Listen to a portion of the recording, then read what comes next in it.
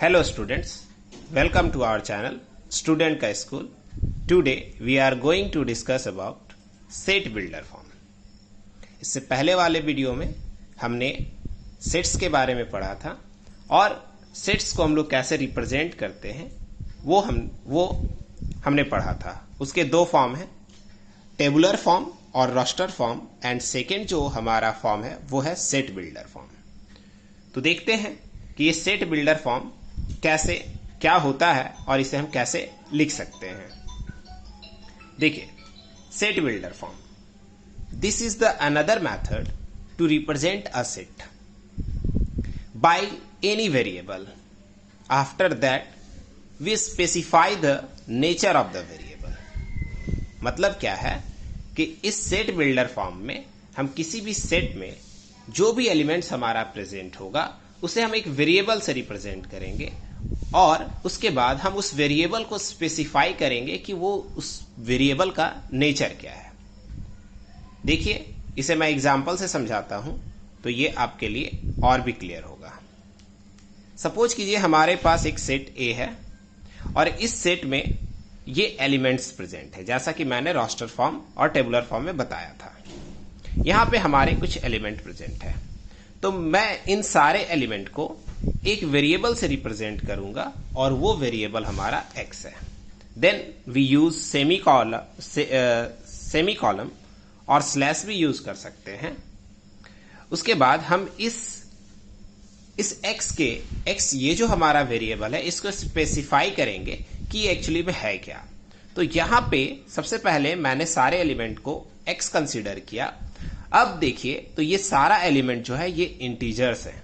So x is nothing but integer, means x जो हमारा variable है वो बिलोंग कर रहा है इंटीजर्स में, और बिलोंग का साइन ये होता है x belongs to integer. Integer को हम लोग z से रिप्रेजेंट करते हैं, नेचुरल नंबर को n से रिप्रेजेंट करते हैं। तो यहां पे ये जो x है वो इंटीजर में बिलोंग कर रहा है। अब z ये इंटीजर का मतलब बहुत सारे इंटीजर्स हो गए, लेकिन हमारे पास सेट में जो एलिमेंट है वो सारे इंटीजर्स नहीं है। तो फिर से हम स्पेसिफाई करेंगे कि ये जो इंटीजर है वो क्या है। मीन्स अब z को स्पेसिफाई करना होगा कि z, value of z is equal to -3 and greater than -3। So z is equal to and greater than -3 but equal to और लेस देन, और लेस देन 3। अब अगर आप इसे रीड करेंगे और मैं आपसे पूछूंगा कि कौन कौन सा इंटीजर्स इस सेट में लाई करेगा, तो definitely z is equal to -3 और ग्रेटर देन -3, मीन्स -3, -2, -1, 0 ये सारा ही ग्रेटर है -3 से, एंड लेस देन 3 और इक्वल टू 3। उसके बाद 0, 1, 2 और 3 होगा। तो ये जो हमारा सेट है ये हमारा रोस्टर फॉर्म है, और ये जो सेट जिसे मैंने एक वेरिएबल से रिप्रेजेंट किया है ये हमारा जो सेट है ये है सेट बिल्डर फॉर्म। एक और एग्जांपल देखते हैं। The set of all even natural numbers, सारे इवन नेचुरल नंबर्स का सेट क्या होगा।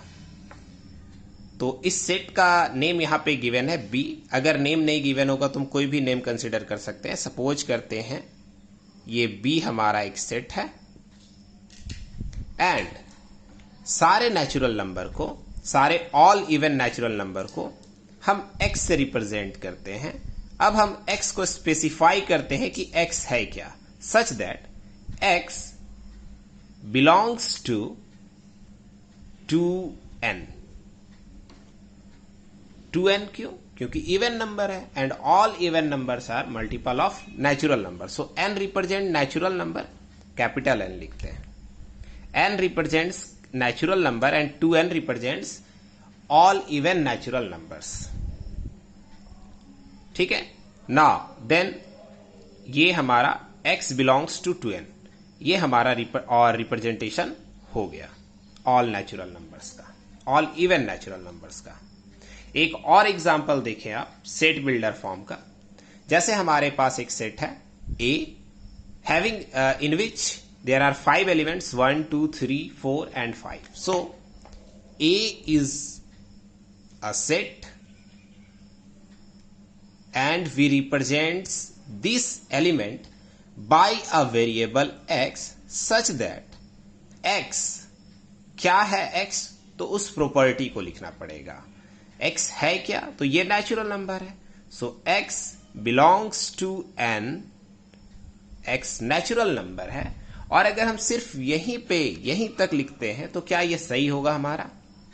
n अगर नेचुरल नंबर है तो natural number starts from 1 to infinity, but there are only 5 elements.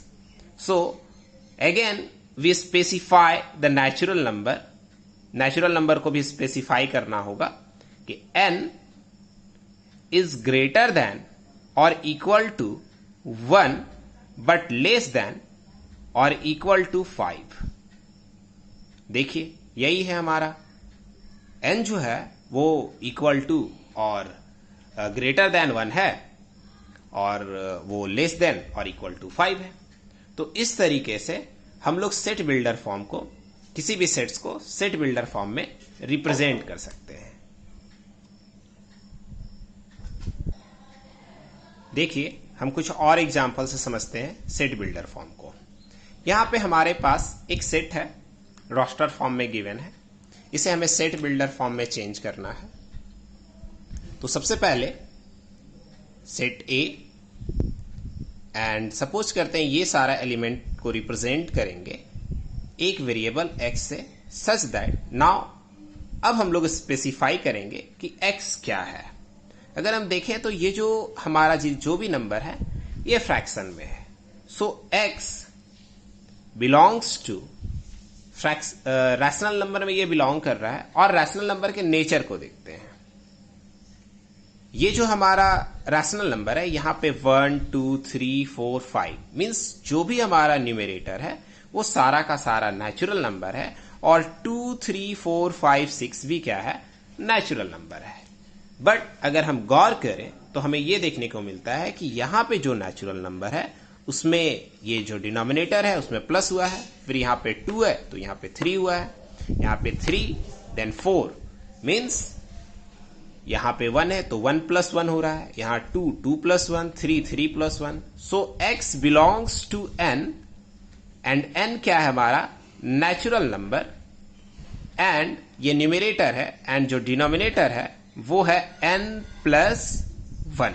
देखिए n नेचुरल नंबर में बिलोंग कर रहा है. अब पुट करेंगे तो ये सारा मिलेगा.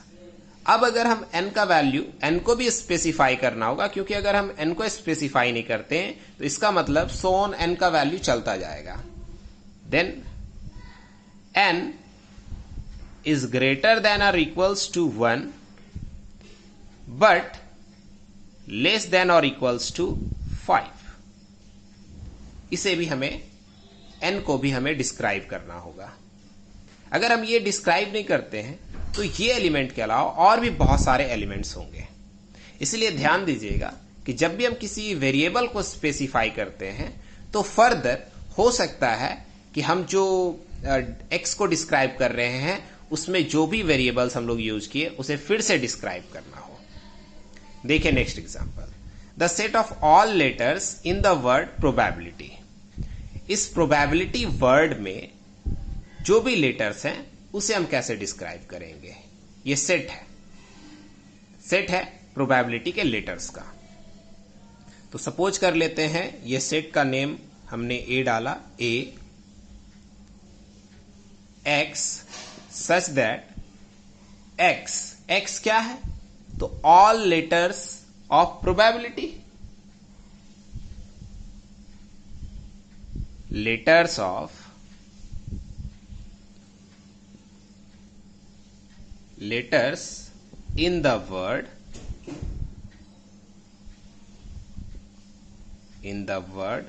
probability.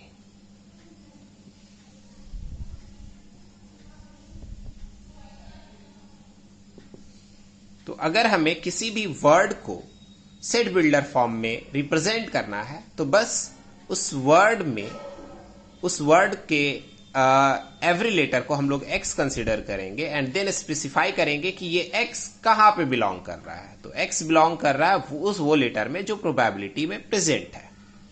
तो हम लोग इस तरीके से सेट बिल्डर फॉर्म को समझ सकते हैं। आई होप ये वीडियो आप लोगों को पसंद आया होगा। Thank you for watching this video.